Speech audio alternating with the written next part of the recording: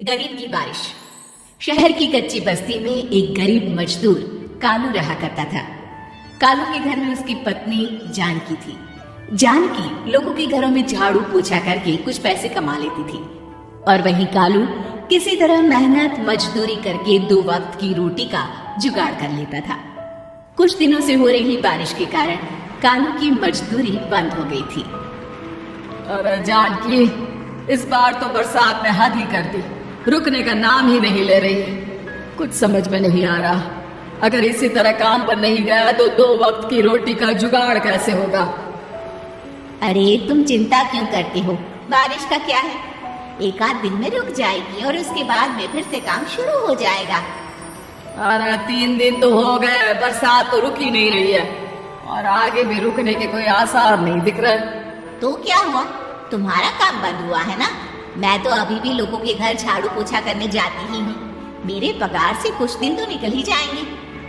अरे घर का खर्चा तो हम किसी तरह चला लेंगे जानकी, लेकिन ये जो छत टपक रही है इसका क्या करेंगे? ये बात तो आपकी सही है। हमारी झोपड़ी अब काफी पुरानी हो चुकी है और इसके छप्पर में भी कई सारे छेद हो गए हैं। रात भर पानी टपकता रहता है। अरे मैं भी इसी बात से बहुत परेशान रहता हूँ, कहीं किसी दिन ज्यादा बारिश आ गई तो हमारी झोपड़ी टूटकर बिखर ना जाए। राम राम राम, ऐसी अशुभ बातें क्यों करते हो? अरे ऐसा कुछ नहीं होने वाला, ये झोपड़ी ही तो हमारा सब कुछ है। अगर यही नहीं रही तो हम जाएंगे कहाँ? ठीक है जानकी, जब तुम्हारी पगार मिल जाएगी तो कुछ पैसे बचाकर झोपड़ी के छप्पर की मरम्मत करवा लेंगे, शायद हमारी परेशानी कुछ कम हो जाए। ठीक है जी, अब ना ज्यादा परेशान मत हो। ये लो खाना खा लो और सो जाओ, सुबह मुझे भी जल्दी काम पर जाना है। जानकी और कालू अपनी झोपड़ी में सो गए। रात को अचानक से बहुत तेज बारिश शुरू हो गई। धीरे धीरे बारिश का पानी कालू की बस्ती में भरने लगा। पानी भरते भरते झोपड़ी के बाहर तक पहुंच गया था।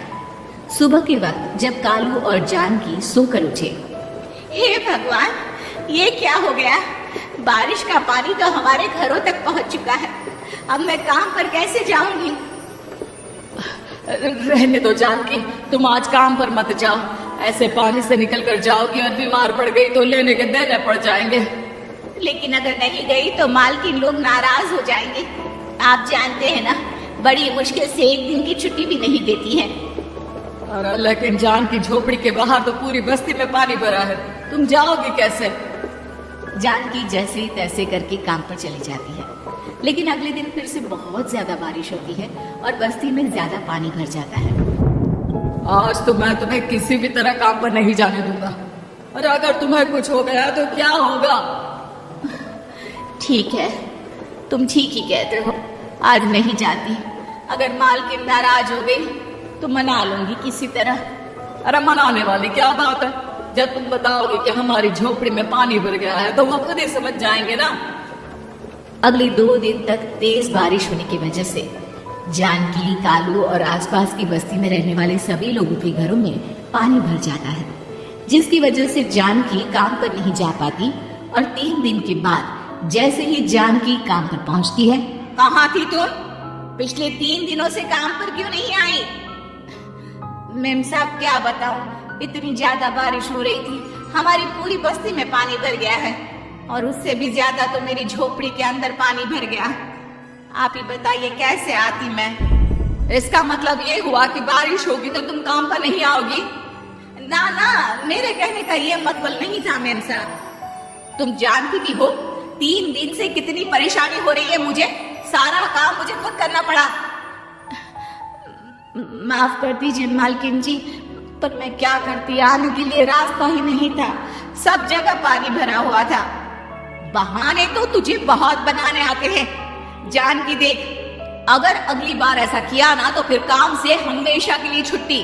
अरे ना ना मालकिन, ऐसा मत कीजिए।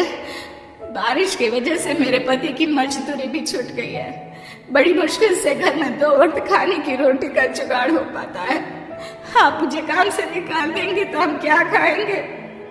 अगर इतनी ही चिंता है तो फिर रोजाना काम पर आया करो। चलो अब जल्दी से जाकर घर का सारा काम करो। बारिश रुकने का नाम ही नहीं ले रही थी। पूरे शहर में बाहर जैसे हालात बन गए थे, लेकिन नौकरी जाने के डर से जानकी किसी तरह रोज काम पर जाती थी। एक दिन जब जानकी काम करके अपने घर लौट आई तो अचानक उसकी बस्ती में कुछ लोगों का शोर सुनाई दिया। अरे लगता है बाहर कुछ हुआ है, मैं जाकर देखता हूँ। हाँ हाँ, पता तो कीजिए, ये बस्ती में लोग इतना शोर क्यों कर रहे हैं? बाहर जाकर कालू ने एक आदमी से पूछा। अरे क्या हुआ भाई, इतना शोर क्यों मचा रहा है? अरे क्या बताए भैया, अपने बस्ती के बाहर एक पुल टूट गया है और वहाँ पर एक कार फंसी है। थोड़ी देर में अगर किसी ने नहीं बचाया ना तो वो कार पानी में बह जाएगी। ये क्या कह रहे हो भैया, कार के अंदर कोई है क्या? हाँ, कोई औरत बैठी है अकेली है, बहुत रो रही है बेचारी, मदद के लिए बुला रही है। अरे तो हमें जाकर उनकी मदद करनी चाहिए ना। अरे लेकिन इसमें बहुत खतरा है, हमें अपने आप को बचाना चाहिए। पानी कभी भी हमारी बस्ती की तरफ आ सकता है। अरे तुम्हें नहीं चलना तो मत चलो, लेकिन मैं तो जाकर उस औरत की मदद जरूर करूंगा। कालू उस जगह पर पहुंचता है जहां वो औरत कार में फंसी हुई थी। वहां पर पानी का बहाव बहुत तेज था और सारा पानी कालू की बस्ती की तरफ ही आ रहा था। कालू ने एक बड़ी सी रस्सी को पेड़ से बांध दिया और दूसरे सिरे को कार की तरफ फेंक दिया और उस औरत को रस्सी के सहारे बाहर आने के लिए कहा। तभी वहां जानकी भी दौड़ती हुई आई। अरे ये तो मेरी मालकिन है, जिनकी यहाँ मैं काम करने जाती हूँ। और मैडम जी, आप डरिएगा मत, आपको कुछ नहीं होगा। आपकी गाड़ी को भी मैंने रस्सी से बांध दिया है। थोड़ी देर में पानी का बहाव कम हो जाएगा, फिर हम आपकी कार को भी बाहर निकाल लेंगे। क्या तुम जानकी के पति हो? हाँ हाँ, जानकी मेरी ही पत्नी है, आपके यहाँ काम करती है ना। लेकिन मेम साहब, आप यहाँ पानी में कैसे फंस गई? अब क्या बताऊं, मैं अपनी सहेलियों के साथ पिकनिक पर गई थी, वहीं से लौट रही थी। अचानक पानी का बहाव तेज हो गया और मेरी गाड़ी फंस गई। अरे कोई बात नहीं मालकी, अब ना आप बिल्कुल सुरक्षित हैं। मैं तो बहुत बुरी तरह डर गई थी, कब से मदद के लिए चिल्ला रही थी, लेकिन कोई मेरी मदद के लिए नहीं आया। भला हो तुम्हारा पति का जिसने मेरी जान बचा ली। लेकिन जानकी, मैंने तुम्हारे साथ बहुत गलत व्यवहार किया। इतने खराब मौसम और बाढ़ में भी तुम्हें काम पर आने के लिए कहा, नौकरी से निकालने की धमकी भी दी, और तुमने मेरी जान बचाई। मुझे माफ कर दो।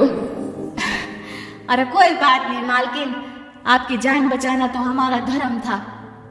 देखो जानकी, तुम्हारी झोपड़ी में जो भी नुकसान हुआ है उसके लिए मैं तुम्हें पैसे दूंगी। आज तुम्हारे पति ने मेरी जान बचाई है और आज के बाद मैं तुम्हें कभी भी नौकरी से निकालने की धमकी नहीं दूंगी। आज मैं तुम्हारी परेशानी को अच्छी तरह समझ चुकी हूँ। हम जैसे पैसे वाले लोगों के लिए अपने घर में बैठकर बारिश का मजा लेना बहुत आसान है, लेकिन तुम गरीब लोगों के लिए बाढ़ और बारिश काफी परेशानी खड़ी कर देते हैं। ये बात मुझे आज अच्छी तरह समझ आ गई है। आपका बहुत बहुत धन्यवाद मालकिन।